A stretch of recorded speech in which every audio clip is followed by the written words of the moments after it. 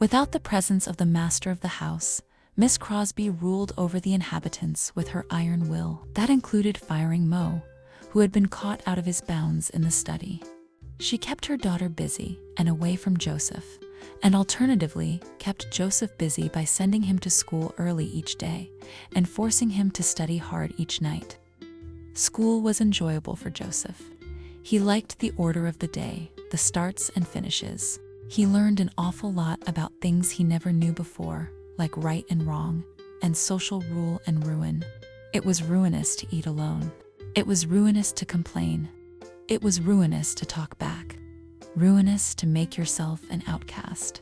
So he made himself quiet and studious and studied his favorite person, Mr. Gibbs. The girls in particular liked Gibbs because he was young and handsome. They called him things like dashing, though Joseph didn't think he seemed all that dash. He was a nice man, jovial and pleasant to talk to. Joseph had never seen a man be so lively and engaged. He wanted to be just like that. The boys in particular spent a lot of time trying to impress one Corinne Livingston. From what Joseph saw of her, she was something of a wild girl. In those first few weeks of school, she got in trouble twice. Once for making a mess, and another time for destroying Beau O'Connor's schoolwork.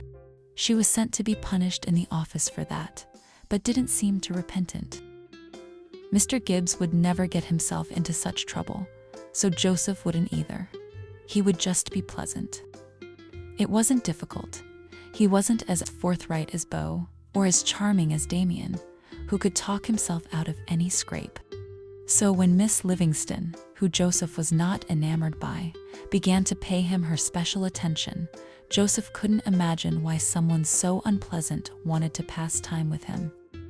He thought she was a bad sort of girl, reckless and crude, until one day he overheard something Corinne said.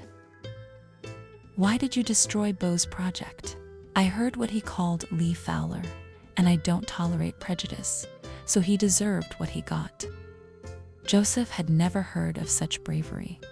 As the days passed, he thought on such a concept like bravery, and realized he'd never done anything truly brave before.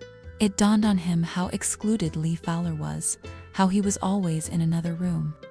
So, he did the bravest thing he could think of, and befriended him outright.